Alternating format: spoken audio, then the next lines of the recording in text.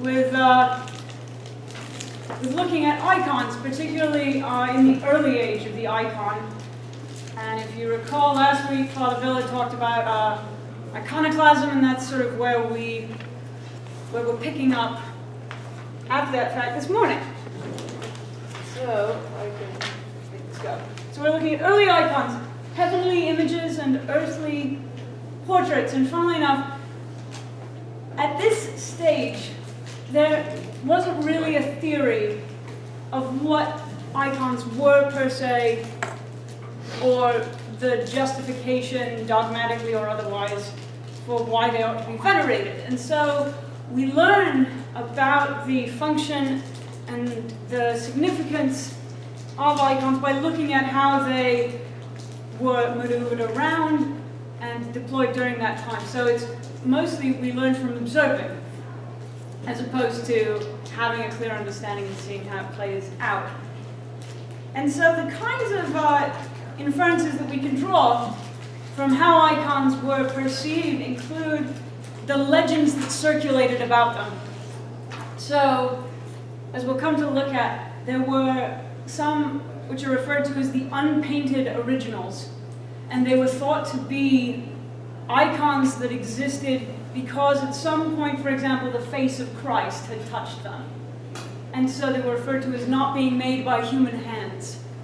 Also, columns. For example, the one that Jesus was leaning against when he was scourged, those pieces were artifacts of touch that were then almost working like relics. But at any rate, there were so many legends surrounding this, and the other one was the idea that Luke, because in his gospel, had such detail about the infancy of Jesus in his human life, that Luke must have been the original iconographer of Jesus and Mary. And so, all of these together start creating a sort of narrative about the sort of supernatural power that these images carry, because we also see a blurring of the image with the one that it represents. And so, in this time, certain icons get a sort of privileged status, and there's a question of authenticity that arises, because what they're looking for is not how beautiful the icon is, but rather how correct it is. And so the way that icons were found to be authentic was that they performed some kind of miracle. They saved cities. They had powers for the people that looked on them or that held them when they were images represented in amulets. And so what we find is that these images are not static per se, but they move. And so this is a depiction on a Serbian fresco from the 14th century of an icon procession. And so these icons are dramatized. They're carried from place to place. They function in these sorts of processions. And if you look even in more modern terms, this is an icon procession from the 20s on Mount Athos in Greece. This is another one in Bulgaria. And here, this modern icon of Our Lady of Ferguson, you see that in most Orthodox churches, there will be this lace draping at the top, such that the person is almost emerging from behind a curtain as a person of honor would be revealed. And so we find individuals in these images being encountered not only by the individual that beholds them, but also in an actual physical encounter. And so, in all of these sorts of occurrences, the image begins to develop its own sort of biography of where it's been and what it's done. And so, you can also see then that later on, not only are there icons that are represented on their own, but this, from the 11th century, a little earlier, is a multi-winged icon. These are all types of Mary on the top. And this one in the middle has, you can't really see it that well, but the donor that had this icon put together, the donor is at the feet of Mary. And so the two types on either side of the central virgin figure, they're all denoting different churches that had an image of Mary that resided within them. So on the left is the Black and Iron, the Hodigan churches, and then the Hagiosaurus and the Kemutissa are on the other side. And so the idea was that this multiplication of images meant that the donor assured himself of their collective support. So it's all these different depictions of the Virgin, and so the scale changes to this sort of sense of icons that are within an icon. As I mentioned, there are two particular kinds of cult images that emerge. One is the unpainted. Oops. All right. That's usually me. Thank you, Eric. So what is the unpainted images? And they're referred to as being not made by human hands, akeropoietosos. And so the idea is that they've occurred, either through heavenly intervention or because some person, either Jesus or Mary most likely, has touched a surface, whether it be cloth or stone, and that's been the impression that's been left there. And then the other are the painted images that are attributed to Luke. As I say, because the inference was, well, Luke was the one who had this very detailed account of Jesus' birth and his growing up, so obviously he would have been the natural person to paint Mary and Jesus during his lifetime. And you can actually flip to excerpt B, which is on your handout. Written in the 12th century, primarily with reference to the Roman procession with the Lateran icon, which we'll come to in a bit. But you'll see the author writes, St. Luke, who was, as a Greek, was a good painter, painted the picture so that Christ would stay behind with the disciples, at least in his image, after the ascension.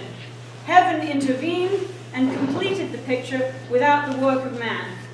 It came to Rome in 70 AD with the booty of Titus and was placed on the altar of the most holy chapel of San Lorenzo, where only the Pope is allowed to say Mass. Thus Christ fulfilled his promise to be always with his followers in the place where his earthly representative resides, in the presence of his person in the image. In visions, one sees the Virgin with all the heavenly household visiting her Son in the chapel in the octave of the Assumption. And it continues on to talk about a procession that we'll look at in a moment. It says, why does the procession go to San Maria Mayor on the Feast of the Assumption? As many other images are carried in processions on other feasts of the Virgin, some say that this feast ought to be celebrated more solemnly, should be reserved for this image of Christ alone. Others see meaning of the procession in the remembrance of the Virgin's Assumption when the Redeemer appeared on earth and placed her beside him on the throne. And others again point to the deliverance of Rome from the dragon under Leo VI. There was a dragon believed to be living under one of the rivers in Rome that was causing a lot of pestilence. But you see from that excerpt that or so much rather, of what happens with these icons and the way that they're used is based on this idea that they originate with St. Luke, and that is what gives them their authenticity.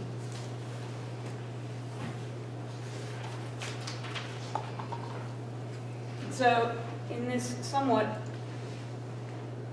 unclear figure, you'll also see, so this is a miniature in the Codex Graecus of St. Luke as the icon painter, and then you can make out very faintly an icon itself in the image.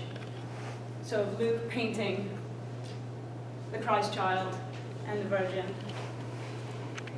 And so this visual impression, it ends up becoming also a relic of physical contact then, of Jesus Christ having been present. And it yokes that sense of what the image is doing with that sort of profession of faith, and really about the incarnation of God having really taken on flesh.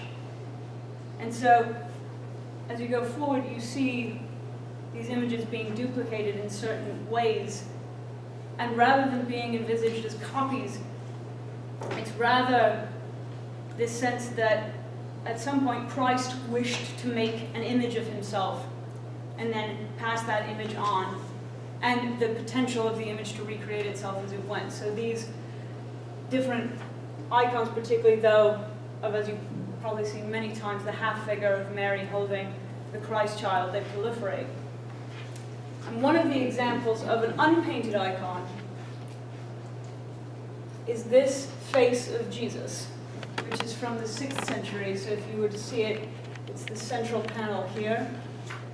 And it's kept in Rome, in the Vatican. It's the Mandulion. And it was thought to be a cloth bearing Christ's portrait that he touched and that saved the city of Edessa from the Persians. And so in the Orthodox Church even today, one of their principal feasts is when this image gets transferred from Edessa to Constantinople. It's the image of the feast of the transfer of the Holy Face from the one city to the other. And so this usage of the term to say made without human hands was a response not only to the imperative, right, not to make any graven images, so to say they're not graven because they weren't made by humans, they came from God or some other heavenly intervention or from Jesus' own face, but also the later accusation that Christians were worshipping works of human beings that were wooden and then painted. So this term, hieropoietos, is the concept that God in God's divine philanthropy had provided proof of the incarnation through a miraculous image for which there was no other explanation, and in doing so had given the permission for making other images. And this ends up happening then also in private and public life, where you have amulets that circulate that either have some holy oil from a saint's tomb in them or otherwise have these replicas of the saint who themselves has healing, miracle-working powers. But the image inherits the functions otherwise of what otherwise we would have thought of as a relic. And so this is an amulet that depicts St. Simeon the Stylite the Younger from the 12th century. In the 6th century, amulets of that same saint, they were found hanging over all of the shops in Rome. So images also had a profound use not only in these processions, but also in civic life and in public life. And were thought to really become then the carrier of the presence of an actual saint. And they were,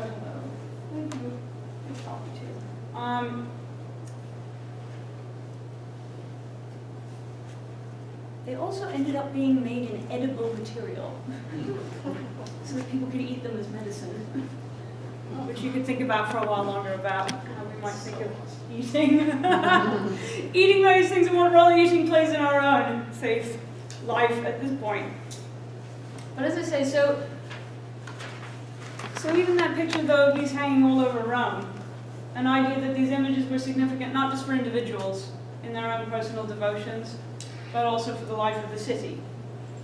And Peter Brown put it as saying that these were really the visible expression of an invisible bond between a city and its patron saint.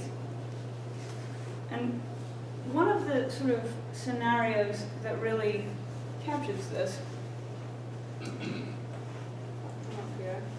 is the icon in the Sancta Sanctorum, which is in Rome, in the Lateran, which was the papal residence. This was a chapel where only the Pope was allowed to be. It was his private chapel. And so if you go there now, this is the setting of where the icon's to be found. This is the top, a little closer, and this would be the icon. The unpainted icon would be the face of Jesus in the Holy of Holies. And the icon itself is from 600, and then the silver casing around it from 1200, added much later. And if you were to look at it a little more closely, you can see this. And so you have these unpainted images that are getting more and more of a reputation as divine protectors for the city. And what happens is that then, on the most important feast of the Virgin, this unpainted image from the Lateran, it was brought and carried out through the city to meet an image of the Virgin Mary that was held to be a genuine portrait of St. Luke. So they would have these marvelous encounters. And this is the portrait that it was going to meet. And if you look at excerpt C, you'll hear a little more, and this is the procession to which the previous excerpt referred. In Canon Benedict, the cardinals and deacons set off with the image of Christ from San Lorenzo in the Lateran, i.e. the Sancta Sanctorum, carrying it across the Campus Laternus to St. Gregory's. They also take the station cross. The prefect is accompanied by 12 men, representatives of the districts of the city, and the doorkeepers of the Lateran also carry 12 torches. While the image crosses the campus, servants stand on the hill of St. Gregory's with 2 burning torches, which they put out when the image has passed. When the image has reached San Maria Nova, it is set down in front of the church and its feet are washed. Returning the way it came, the image then passes the house of Orpheus on account of the basilisk that once lived in a cave there. Pope Sergius established the procession on this high feast day so that the Roman people might be freed from danger and persecution by the prayers of so many people and the intercession of the Blessed Virgin Mary. It then climbs to the Church of the Holy Virgin. The Pope, who is ready there, says the Mass. Then he blesses the people who have gone without sleep, and everyone goes home. It's somewhat anticlimactic. Where are the feet? I'm missing the feet. Where do they wash the feet of the icon? So this is the icon of Jesus. So I think it's the bottom, because you kiss the feet of an icon, right? So that's just the end. I guess it's more metaphorical use of feet. Yes. Yeah. Because they're mostly They're not usually, full. yeah. Exactly. It's usually the half up. But even in this one passage, what is striking to you about the language, the ways that icons are talked about, the ways they function? What stands out to you? Lots of things might stand out to you, and it's early. What do you think? Not necessarily answering what you're saying, No, go for but it. I keep reminding myself, people didn't read in those days. Mm-hmm. So an icon would be evidence for you. You can't go get the newspaper at the corner or a book in the library, etc. I mean, it's hard to imagine myself not being able to read. Mm-hmm. But I can imagine myself placing some huge importance on something I can hold in my hand. So I'm just throwing that in for whatever. No, exactly, and something that reorients you, right, and reconfigures Oh, yeah. you to what, as you say, what you can see, It's and hard even not to think I can't read in those days, which was the truth. you can't read, and also like images are nowhere as near as prolific as they are now. Right. Either you can't call it up Yeah. at will, and Father Bill will say this is different, but Pope Gregory the Great actually talks about it exactly that way, as saying that the icon is really the word. Okay. Even the word like logos, the way we think of Christ, the icon is. Well, so I tend to. I think that icons were important to people who could read too. Okay, I'm not denying that. Yeah. But the thing that you made me think of, and maybe I can say it this way, is the icon was a different form of reading, right? Because reading is a way, when you read something, you read a painting as much as you read a text. You interpret it, you understand it, you digest it. Yeah. And certainly that's what's going on. And I think that that's completely true. And then what I think Pastor Imogen is saying that's important as well is people would have to wait all year to see the procession, to see that face, the unpainted face of Christ, once a year, if you were lucky. If you weren't sick, Lived another if you were, yes, you would be able to see it once a year. Yeah. You couldn't just call it up. You couldn't pick it out of a book and look at the picture. So the importance was Yeah. What amazes me about that story, and I love it, I love anything I can't quite understand, is the way that they treated their church furnishings. Like, they would just take it and just march around with it. And I find that so liberating. Because, there's certain things that we would do. We're not alone in this, don't think that, but there's certain things that we would never do with our church furnishings. Like, we would let's take the candelabra and walk around, Birmingham with them. That's something that you presented, everything was kind of mobile. Well, and then what sort of happens is that in this excerpt specifically, you look at the language, and originally it says that, these people, the cardinals and deacons, they set off with the image, and the image is the object that they're carrying around. And then within 4 lines, there's a shift, and it says, while the image crosses the campus. And then the next sentence, when the image has reached San Maria Nova. And even the way that it's written about has this sense of the image having its own agency and sort of moving in and of itself in a way that precisely these kinds of processions effected for people, that at a certain point you're not even seeing the hands that are holding it as much as you're seeing this image just moving along in the city. And so together, these 2 icons, both this one and the one from the Sancta Sanctorum, they would meet each other, and then you would have not simply an individual beholding 2 images together, but you would be bearing witness to Christ and Mary encountering each other in a way that was ridiculously powerful for the church at the time, because the significance was that the Christ panel that was being brought to the portrait of Mary was looking to also receive the intercessory pleas from Mary that everyone else saw when they went to her portrait. That's a funny thing to wrap one's mind around. But the sense in which the distinction between the image and the person depicted in it, the sense in which that was collapsed, is sort of mind-bending to think about. It's a lot to take in. But it meant that. Sorry, Eric. Just a question, is Yes. this meeting of Jesus and Mary based on, it's not based on any biblical incident, is it? No, not as they would articulate it. It took place on the Feast of the Assumption. So that, it's, so you could say it's biblical in some respect. But it's a moment where Mary is brought up then. Lifted up. Yeah. It is funny because the Assumption obviously isn't a biblical moment for Mary, right? We don't know that in the Bible itself, but it was an added piece. And this will impact how later icons are deployed. I mean, icons often do things that are extra biblical.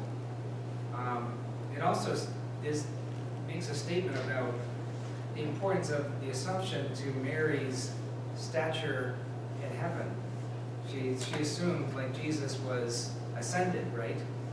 And so going to see Mary on her feast day was a moment of venerating her as in some ways part of the God-saving economy. And I guess, the other thing that comes to mind, and this is I'm just imagining what's going on here maybe theologically, is you have Jesus continuing the incarnation in a way, because he's embodying what it means to be human, which is to worship and to go, and just as everyone should go and honor the Virgin on this day, even he goes to honor the Virgin. He models human behavior in a way. But I mean, is that crazy? Or? No, that works. And also, it's funny because it's the joint, Christ having ascended and Mary's assumption into heaven. Those were key factors that underpin this whole idea of unpainted icons, were that there were no bodily traces of either of them. And so that was the only way to explain that they must have left an imprint while they were actually living or else God was the to be. But it was predicated on the idea that their bodies had been resurrected. So people believe that the icons were miraculously made without hands during the life on earth of Jesus and the Virgin. You know, all this is making me realize how much more Protestant I am than I ever thought. You're getting in touch with your inner Protestant. Yeah. It's good, you know, it's good. Well, and I mean, and part of I think why we spend time looking at this period in particular is that when we come to think about the significance of icons, how we might pray with icons, what role they have in our faith life, it's, it devolves upon us to have an accounting of not only what they mean to us now, but what they've meant to other people, and really that this tradition is part of our tradition as well. And it is the same church of which we are a part. So these things all sort of evolved in terms of their significance and what seems more plausible and what seems less plausible to us now about an unpainted icon. And yet, we are part of the same church. So we're not quite so far away from these worshipers as we might otherwise think. But it also helps explain why iconoclasm wasn't just generated out of a conflict with Islam, right? You can see how, and this is not to, I'm okay with a lot of this kind of stuff. I don't have as much of I'm not as afraid of it as maybe others, but I do think it can go to excesses, right? And you can see why the iconoclast probably thought, gee, this has gotten out of hand. We've got to somehow reposition the priorities of the gospel as received and the narratives as received and the cross rather than simply, all of these things. No, it's certainly the line between worshiping and venerating is a very fine one. Yes. And just, if I'm wrong, jump in and say so, but what goes through my mind is thinking about Europe, Western Europe, years ago, and learning that little pieces of this or that were ancient somethings from Relics. And thinking to myself, my gosh, and I'm kind of with you on this, Eric, if my whole soul depended on believing or not believing that this little thing really was original, I'd be in big trouble because who the heck knows? But I accept that is meaningful to other people in a deep, deep manner. So, for whatever that's worth. And the beauty of something like this, I cherish and am thankful for. But I tend to be more in Eric's realm about what religion means to me in a much simpler, straightforward way. And the other piece that this raises is the break between the Greek Orthodox and the Western religion. And I don't know the history very well, but that occurred at an important time in our world history too, for a variety of reasons relating to this kind of thing. Isn't that right? It's so Eastern Orthodoxy. Two things happen. So you have and I don't want to take it out of you're doing a magnificent job. As are you. So Eastern Orthodoxy, you have the two movements in the 8th and 9th century of iconoclasm, right? Right. But none of that happens in the West. It all happens in the Eastern Empire. The West still has a lot of icon trafficking that goes on, and all the way through to the Reformation. And what you see in the West is those unpainted icons or those things become embedded and incredibly more ornate. sacred art, that it still plays a role. Faith. So in a sense, the West never had an iconoclastic moment until the Reformation, much later. Because Eastern Orthodoxy has a return to the image, Yeah. right? And then the split with Eastern Orthodoxy happens in the 13th century. There's a moment in which they kind of try to bring back, but the two churches had gone too far in their ways. But Eastern Orthodoxy generates this incredible moment of icon rebirth. And so we're going to spend a lot of time looking at those Eastern Orthodox icons, because the ones that they bring back almost always have a more embedded story in it. I was going to bring one of the icons I was looking at this morning is one of the ones I own, and I can't read the script. It's like a stylized Cyrillic, so even though I can read a little bit of Cyrillic, I don't know what letter they're drawing. It's so ornate, it's like Old English. Right. But you could start to read all of these things that get venerated. You see the gospel writers are personified around the Virgin. You have the 7 angels, which represent the 7 churches. So it becomes much more embedded in the narrative, although it usually still stands outside. And it also is the case that in the West, when there is iconoclasm, it's at that point that you really have the printed word.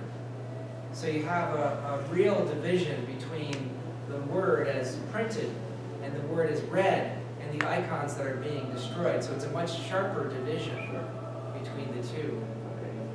There's a poignant moment in the 8th century that occurs, I believe it's the 8th century, where an Eastern bishop comes to Rome for an ecumenical meeting, as it were. And he walks in and he says, I don't recognize Jesus anywhere.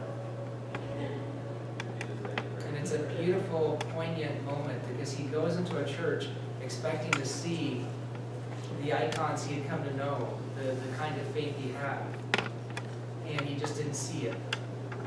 And that to me is more symbolic of the divisions between the churches. They don't recognize Christ in each other, in every sense of that. They don't recognize Christ in the church, and they don't see Christ in each other.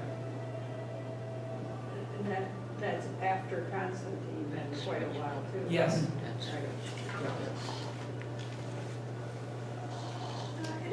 It is curious though, and somewhat humbling possibly as well, to just ponder one of our departure points this morning at least, which was that question of authenticity.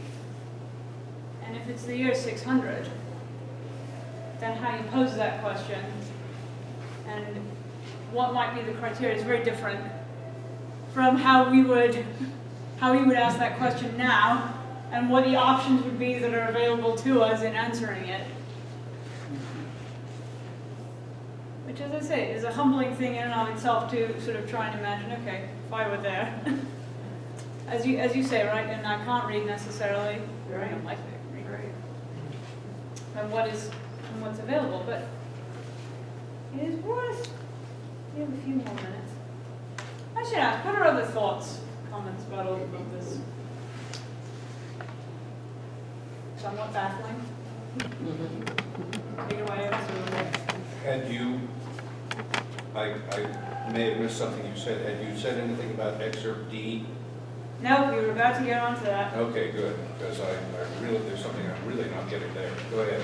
Fabulous. So this is confirm that it's a confraternity document, and it's from 1462, so a little over 300 years after the previous excerpt, but again, talking about this same meeting of the Christ icon and the Virgin icon. The people assemble in the Senate Church on the Capitol, we're still in Rome, San Maria in Araceli, whose bells summon them, and pray before the specially unveiled image of the Virgin owned by this church.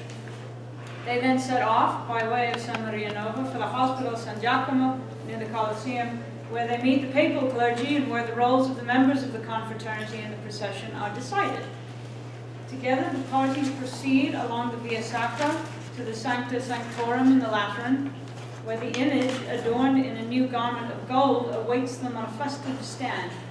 The image is then borne down the marble staircase to the Lateran Square, where the people, the confraternity, and the clergy take their places in the procession. Then it is carried under a baldachin, which is one of those large canopies, to the hospital just named, where priests wash its feet and then sprinkle the people with the water that has been used. The consuls of the guilds now present wax votive offerings to the image. These are placed on wooden stands with the guild escutcheons and carried before the image by 12 bearers in a carefully defined order. Further along the way, the nocturnal foot washing takes place in San Clemente, where the people converge in front of the image to see and venerate it. The confraternity of the Virgin, Raccomandati di Maria, with their torches and musical instruments, give the procession a festive air. Following the ancient rite of imperial triumphs, when images of gods and portraits of the emperor were also carried, now the triumph is celebrated in honor of our Redeemer, the Blessed Virgin, and the holy princes of the apostles of Rome. And among the images of these, the coats of arms of the Pope, the Church, the Senate, and the Roman Church are also carried. There are further washings of feet on the steps of San Maria Nova, on the altar of St. Hadrian on the Forum, where the Senate pays its respects, in the vestibule of the Saints Cosma e Damiano, where the women have access to the image, how nice, and St. Placere. Finally, amid the rejoicing of the people, the image is placed on the altar of San Maria Maggiore, where it is under the protection of the Campagna and the authorities of Rome. There, at the 3rd hour on the morning of the 15th of August, that's the eve of the feast day, Mass is celebrated. Then the image is lifted up again and carried, after it has taken leave of the Virgin, back to its home. To protect it from the hands of the people, 10 armed men from Rione de' Monti called Stizi always go with the image. When all the festivities are over, the image is locked up in its place in the papal chapel until Christmas, when it is opened for the first time in the church year. What questions could you possibly have about Well, first, that? it sounds like a mafia wedding. Sounds fun and delightful. But I answered my own question. I thought that the image being carried was the unveiled image of the Virgin. So when I got to the line near the end, the image is lifted up again, and after it has taken leave of the Virgin says goodbye to the Virgin? No, I had the wrong icon. The Sancta Sanctorum is that portrait, that unpainted one of Jesus? Yep, of just the face. But if you go back, can you go back to it in your If I PowerPoint? can get I just keep on, I'm puzzled by the feet yet again. the face. You little, you I little know. thing. Because he goes all the way down. down. You can't see it well. Is it face here? Is it hand? It goes all the way down. I So he think does- it's the bottom. He does have little feet, I don't think he does have feet though. I think it's just the bottom of just the bottom, but Because he you would washed only it kiss the several hands, times, or right? you, Yeah. you'd never kiss the face of an icon. You kiss Right. the hands or the Yeah. They're spiritual feet. Don't kiss anyone's spiritual feet without their permission. That's right. Please ask first. The, I just think it's, I think it's amazing. I'd love to watch that. Fly on the wall. Yeah, You only missed it by by 15 years. 600 years. Are the people washing their hair to watching? No, I think they're just washing the feet of the icon. How can an icon be? There we go. That's where we're all. That's what I'm wondering. Where were they, and how did they get dirty 3 times? It's being carried. The So dust coming up from the road. It's a show of hospitality, right? So it's meant to say we're welcoming you. It's also subservience. I think we're looking at it too concretely. I don't think we're gonna look at it as actual washing. Well, it's I can't wrap my brain around Well, washing. no, but then they drink. Then after they wash it, they share it with You people. that sprinkle drink. it on the other. I know, but I mean, what, But on what you said about how nice it is, right, that they would, take these things and process them around the city and everything. You also think, if this is the one, the one image, even if you give it the benefit of the doubt, right, that Christ's face touched, and it's the only one that you have, it's actually kind of remarkable that people would be willing to take it, and obviously you have 10 armed men, so that probably helps protect it. But the fact you'd be, even open to putting anything on it, like water. It's a different kind of, It's a very difficult concept Very embodied. to actually think that you would put water no, exactly. and 3 times in one day. No, and then did someone dry it right afterwards to let it air dry? And even if we can just end with the last tiny little excerpt, which is just interesting because it gives, you see all the ripples of these sorts of things in the social ordering, even, and the ways in which these sorts of images impacted other people even outside of a liturgical context. The celebration of the triumph of the pagan emperor has been renewed on the day of the Virgin's Assumption in a form appropriate to Christian worship. When the miraculous image of Christ is taken in procession to San Maria Maggiore in honor of the Senate, the magistracy, and the whole knightly estate, closely followed by the people. Labea Collegia. The statute decrees the order in which everyone shall accompany the holy image when it sets off on its way, with their torches and lamps, for those who are closer to the image have higher rank. More than 25 professions are then listed, with the threat of a fine if the regulation is not respected.